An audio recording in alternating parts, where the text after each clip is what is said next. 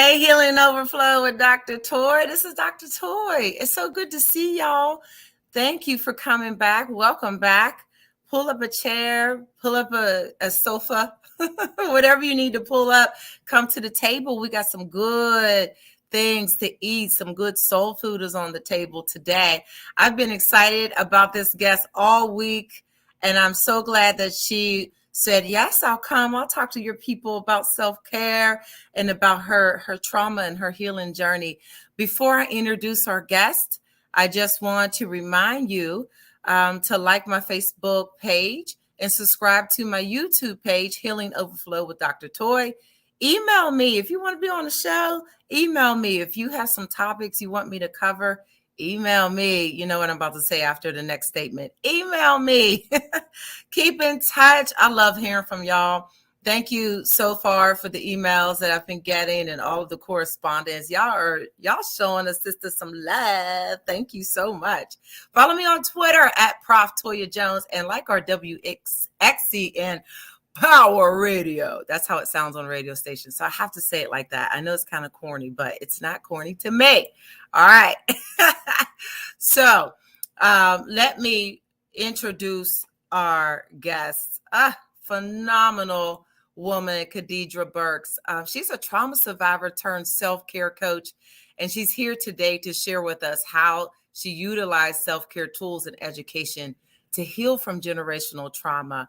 She has a story, y'all, and it's so inspirational of how she was able to come on that healing journey and now grabbing others with her, leading them to healing as well. She's a beautiful Black young lady whose ultimate purpose is to serve God by coaching, empowering, and educating Black girls and women to become a source of self-awareness, self-love, self-worth, and value. She believes that understanding self and purpose here on this earth requires addressing generational curses mentally, physically, emotionally, and spiritually, as well as personally and professionally.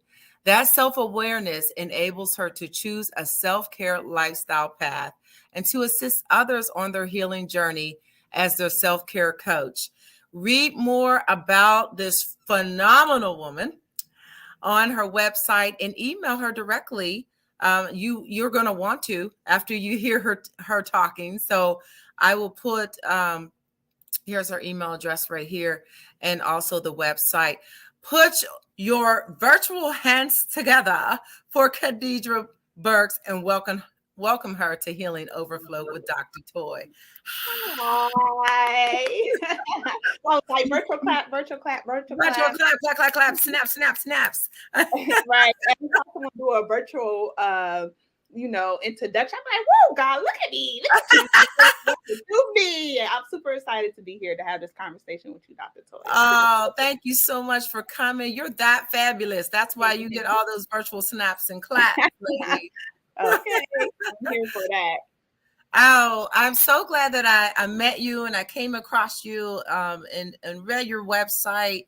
You're just doing some phenomenal things and how you've gotten to this point, it's mind-blowing. It's like that emoji with the little head blowing off. Right. You know, you've been through traumatic life experiences, but it doesn't define you and you've healed from that. I want the viewers to hear your story. I was blessed to hear some of your story, and I really want them to hear your story and how you came about to be this, this self-care lifestyle guru, this self-care lifestyle coach.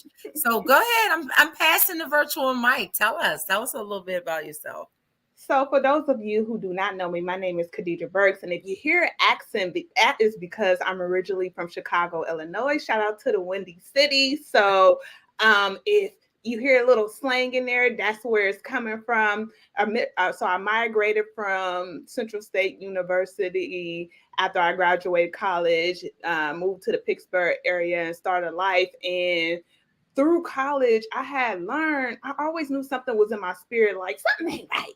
Something ain't right what has happened to me. And once I started getting the education and tools, I'm like, oh my gosh, especially the ACE test. I used to say the ACE test don't define me. It made me who I am because I was a product of so many labels, like a single parent, drug addict household, drug birds and dealers of the family, emotional instability, physical, mental, and spiritual instability, just sexual abuse and sexual harassment, just all the boxes. And Wow. I'm like, how am I still able to be here today and be able to still show up for myself? I'm like, I'm choosing to turn my trauma into triumph. I'm choosing to turn my pain into purpose. I'm choosing to find humility in my shame and allow that to grow my worth. And through that journey, I realized like what has happened to me, that wasn't something in my control. So just understanding what has happened to me doesn't have to define me, but being able to walk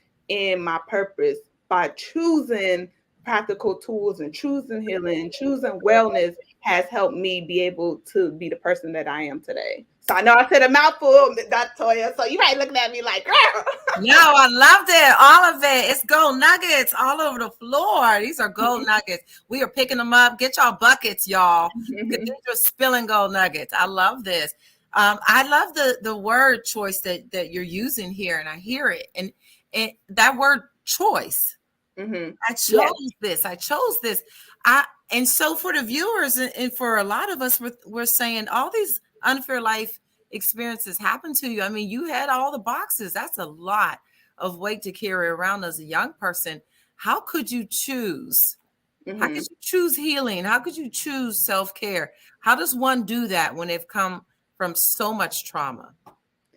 So choosing, like when we think of it, I like to simplify things. I think of it as a choice. Like, what am I willing to do? Because what has happened has happened. So choosing to do practical things that made me well was just something that I was always intrigued with. And through learning, I have a bachelor's degree in psychology. And through learning all these tools, like my psychology class, Dr. Toya, I was like, A's was just like, it was so natural to me. I'm like, but you would think, okay, oftentimes we think because of our trauma that we have been burdened to a point where we got to always make the triumph. We always got to make the trauma the glory instead of making the process the glory. And so I chose to walk in the process. Like, yes, once I knew all the information and be able to vent and understand what has happened, now what does that processing look like? What does that reflection and knowing how those triggers show up look like? So I decided to invest in that time that it takes to do that. I decided to invest in that trust to know that I'm capable of putting myself first in the things that I need. And then I invested in those tools, and those tools align me to develop a regimen that worked best for me because I was living in my truth. Come through alliteration. Do that, but Come on. yeah.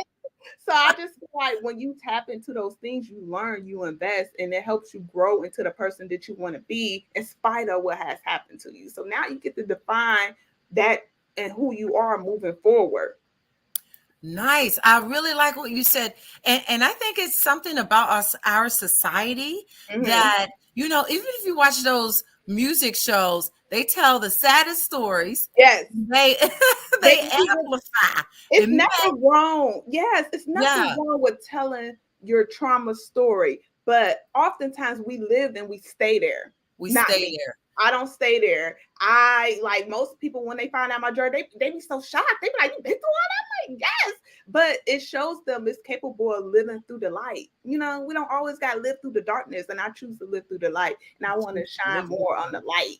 I choose to live through the light. More nuggets, y'all pick them up. Yes, and we don't have to go in the direction of society saying, well, we have to live and marinate in our misery, but we can be triumph and come out of the darkness into the light. I love that. And that's a choice. It becomes a choice. Like once you understand what has happened to you and you get the language, it begins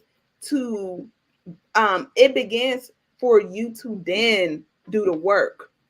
Like I heard this saying, somebody said it's a difference between self-awareness and self-regulation. Like once you know what it is, how can you regulate it moving forward? And what do those tools look like? Because oftentimes we just sit because we don't know. Like, we don't know, we don't know, we don't know. But what does that start look like? This is what you're here for. Teach us. What does this look like? What are these tools you keep talking about? Yeah. What is the self-care lifestyle? Break this down.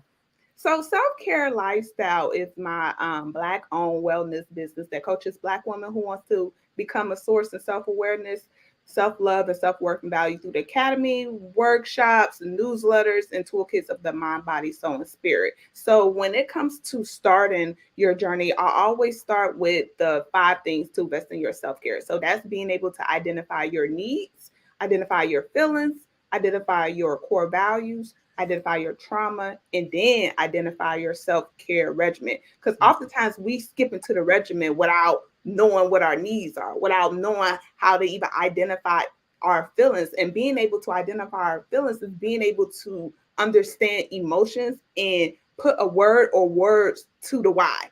So once you be able to identify your feelings, you know what place, and you start to be able to look at yourself to see what your values are. What do you believe in? And how do you operate out of those beliefs? And then that leads you to knowing, like, okay, like, I've been through some things. Like, so what's stopping me from being me? What's stopping me from showing up as me? What's hurting me? What's all of these, bricks that we have on ourselves that stops us from truly being who we want to be? And oftentimes I think we stop at the trauma. But yeah, we stop at the trauma. But that's why, like I said, like, I start with the need, because once we know the need, we could understand the trauma, but we could also know how we feel, what our values is, and then allow the trauma to be able to allow the trauma to suffice, and then you can be able to build the regimen that best fits you, right, and how you want to live. And it helps you to heal instead of staying stuck in our place. I love how you put trauma towards the end. We oftentimes start with trauma and then we get stuck there, and then we don't know how to get out of it. And because you get stuck in all of these things. But when you start with, okay, what is my top 5 needs? Like, what do those needs look like, and how can these needs be met before you even get to what has happened to you? Because oftentimes when we start talking about what happened to us, it's like, okay, like an overflow of things, of like pressure and overwhelmings or guilt, or all of these things come, like, I just don't know what to do. I don't know what to do. I don't know what to do. I feel stuck. I feel like I'm like, what are some other things? I don't have enough time. I feel like I don't trust myself to do it. Like, that's the big one, like not believing that you can and capable of that. But just even being able to meet your needs by knowing what they are means that you are already capable of more than what you know. So it's being able to train the mind that you can do what the body, the soul, and the spirit needs, so you can be in alignment with self to be able to show up as self. Come through Holy Spirit. Sorry, I just be so high. I love it. Let's keep on flowing. So this self-care is all the craze right now. It's the buzzword. It's like self-care. And I noticed with self-care that it often comes with like this guilt, like this, well, I don't do it enough, and I'm terrible with self-care. And we have this like inner critic that starts, and this cluttering of the mind. I don't have time, or this undertone of I'm not deserving of this self-care. I know even for myself, like I am a clinical licensed therapist, and I will lay on the couch for 10 minutes and start to feel guilty because there's something I need to be doing.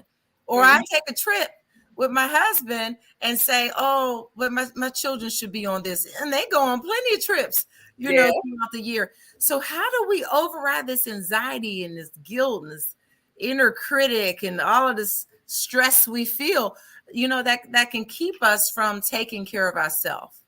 So I have a workshop called Soothing My Soul. And through that workshop, it's all about investing in your truth. When you invest in your truth and get behind the guilt to see why it's guilt in the first place, I believe that allows you to honor your self-love and honor being an asset in you by learning to accept, learning to affirm, learning to know what has access to you, or and just being able to live in that aspiration in general. So when it comes to that gift, like, what does acceptance look like to you? Like, are you already have accepted that this is what you want to do and this is what you need to do? Live from that space. Allow that space to guide you and affirm you while you are in that space. And then also realize what has so much access to you that you are allowing the guilt to control you. You know what I'm saying? I think that's super deep. And sometimes we got to cover a lot of layers to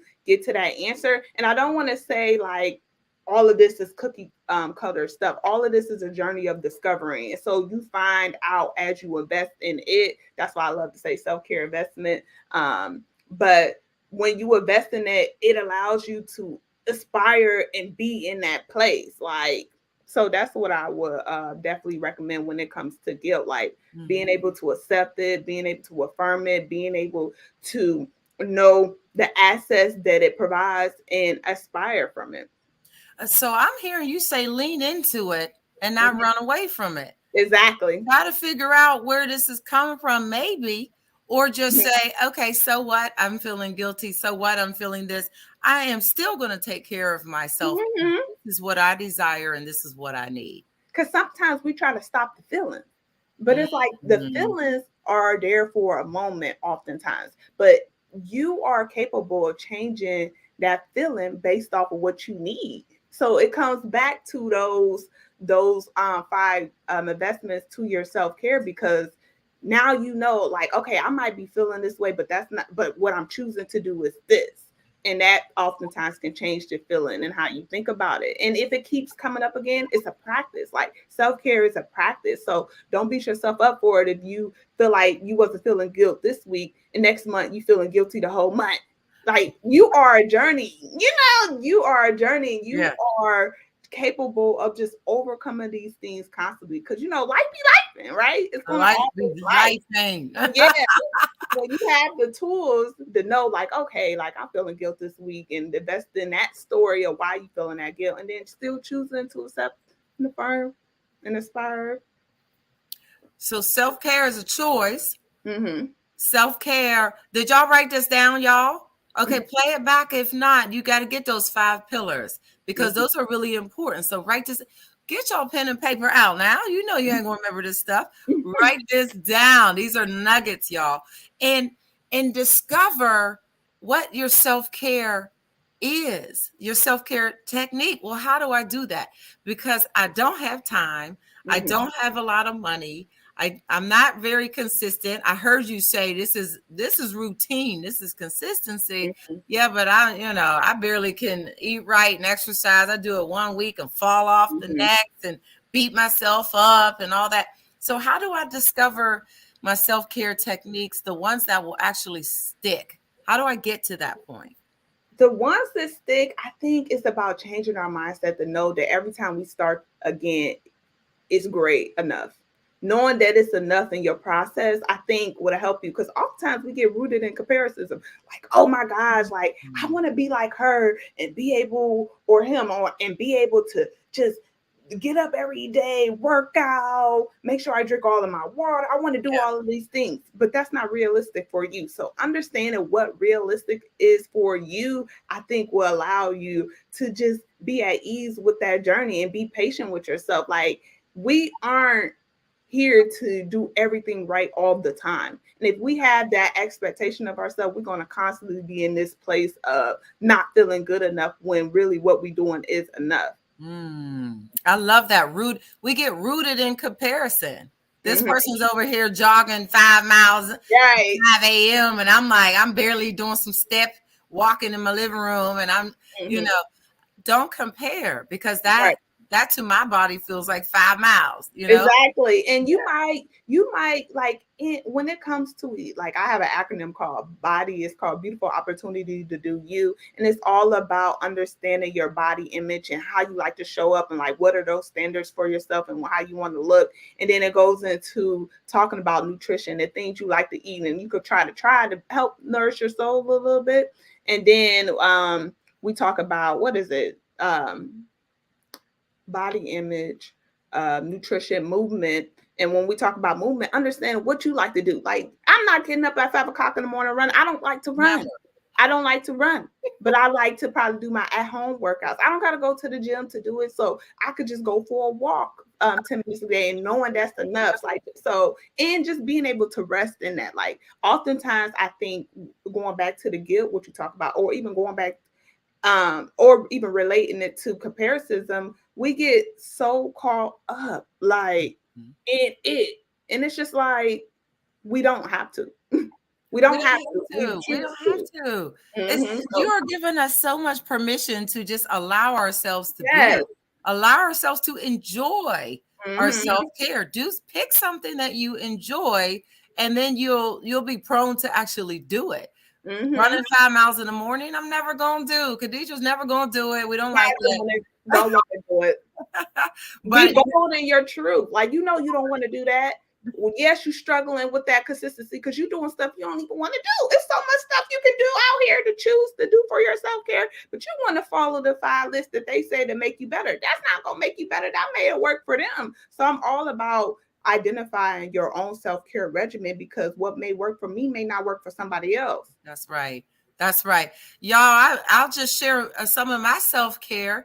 I love to sing, and so music is my self-care. I have rehearsals and concerts and all sorts of things coming up.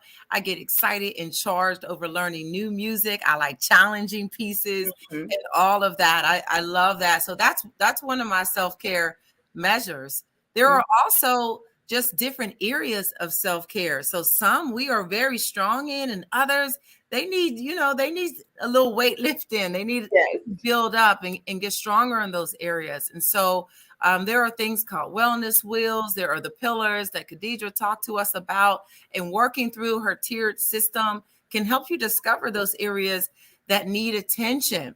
Not that you're not doing well or not doing good. We have to reframe that for ourselves and say it needs our attention, but these areas we are thriving in. So let's give ourselves some credit for that. Yes, give credit where credit is due. You are alive and you're doing the best you can, and the best you can is yours. The best you can is your highest self for that day. Like, our highest self don't look the same every single day. It's about doing what we need in those days in order to do what it is that we want to do. Super. You know what? If I'm like anything like my viewers were like, okay, well, I know I need always leave need to should and all those self-judgment words, but that's what we're saying to ourselves. I need to do more self-care. I got to get better. I got to do better. But how do I get started? Like, give us some tips on how do we get started to move towards this new self-care lifestyle. So to get started, I would definitely recommend understanding ways in which you listen to you. So do you listen to yourself in nature? Is it journaling? Is it talking out loud? Is it, reading? Like, what ways in which you best hear yourself at, identify what that is. And then be able to also do one thing. I always say, start with one thing for your mind, one thing for your body, one thing for your soul, and one thing through your spirit. And then be able to prioritize those things by knowing who and what can help you. And you can really just start there. Like, I really want it to be something that you develop for yourself, and what that looks like. Like, for the mind, that can be me journaling my thoughts every morning. For my body, that can mean me exercising 3 times a week. For my soul, that can mean being able to identify how I feel every day. Like, it doesn't have to look like a whole process. It just have to look like a step, a step in the right direction. And it's always a right direction when you invest in you. So be just a little bit more easy on yourself when it comes to doing things for yourself. Do it more with ease, and you won't feel like it's a task. You'll feel like it's more so of something that you need. And you can look forward to. That's wonderful. Yes, I love that. I love that. Let's go back to that gold nugget you dropped. I mean, you dropped several, but that one where you said, how do I hear best from me? When do I hear best from me? When I'm hearing myself, my body, my spirit, my soul, they speak. And when do I hear the best? And oftentimes, especially people who struggle with anxious thoughts and all of this restless at night, all of these things, this going on all that time. Oftentimes it's like it's so much going on that we don't want to deal with it at all. But I just always recommend like one thing at a time, one thought at a time. And that may take you a long time, but who's rushing the process? Only body rushing is you. Only body rushing is you.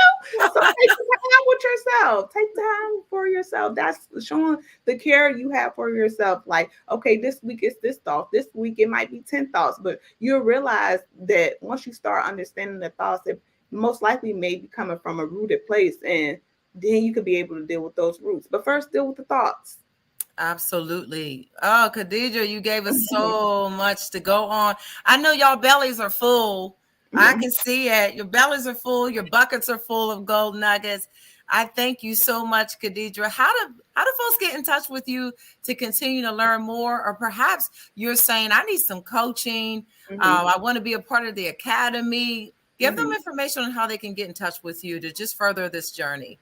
So I have a few things. So you can visit my website, selfcarelifestyle.co, and under the free tab, you can actually get freebies to invest in your self-care. So within 5 weeks, you'll get a freebie and that you can identify your needs, feelings, core values, trauma, and self-care regimen. So if you're interested in doing that, that's free. I'm also this week hosting beta groups where you can join the workshops for free. So tonight at 7 p.m. Eastern time, all the way up to September 23rd, I will be hosting each of the workshops. Tonight is the Mind of My Business workshop. So if you want to invest in your mental wellness by invest in and identify what your choices are, your consumptions, your challenges, your circumstances and changes.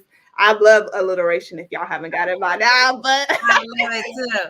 That's how you can also follow me at Self-Care Lifestyle on Instagram, DM. I'm always putting content on there, and just subscribe to the self-care newsletter every Thursday and Sunday, and very consistent. You will have that weekly self-care reflection to get to know you, get to love you, and strengthen your worth and value. So, and that is also free. So it's a lot of free that I offer. It's just, it takes for you to take the time to show up for you in order to receive what you need. Nice. Cadedra, you are a phenomenal woman. Phenomenally. Oh, Maya Angela. Yes, come through. It was my pleasure talking with you today. Healing Overflow viewers, this is how easy she is to speak with. It's just a conversation, and it's all about positivity. It's all about healing from our traumas. It's all about continuing on the healing journey. I love it, and it's been my pleasure to have you as a guest. Are there any final parting words that you would like to share with us as we sign off today? I would just definitely say, like, throughout our conversation, don't let your trauma control you. Allow your self-care to flow through you. Nice. He said, I'm going to pour out a whole bucket of, you got to get a new bucket for them. For no nuggets, baby. Yes. I love it. Thank you all for just sharing with us today. Healing Overflow with Dr. Tori. Subscribe to my YouTube channel, y'all. It's fresh, it's new, and I'm loving it. I'm getting such good feedback. I appreciate y'all so much. Join us every Friday at 4 p.m. Healing Overflow with Dr. Toy, Facebook and YouTube live broadcast. Cadedra Burks, you keep on doing your thing, showing yourself. Yes. Sharing yourself to the world. We love you. We love you, Healing Overflow family. Keep on healing. Keep on sharing your healing so that it overflows on everyone around you. God bless y'all and peace. Bye.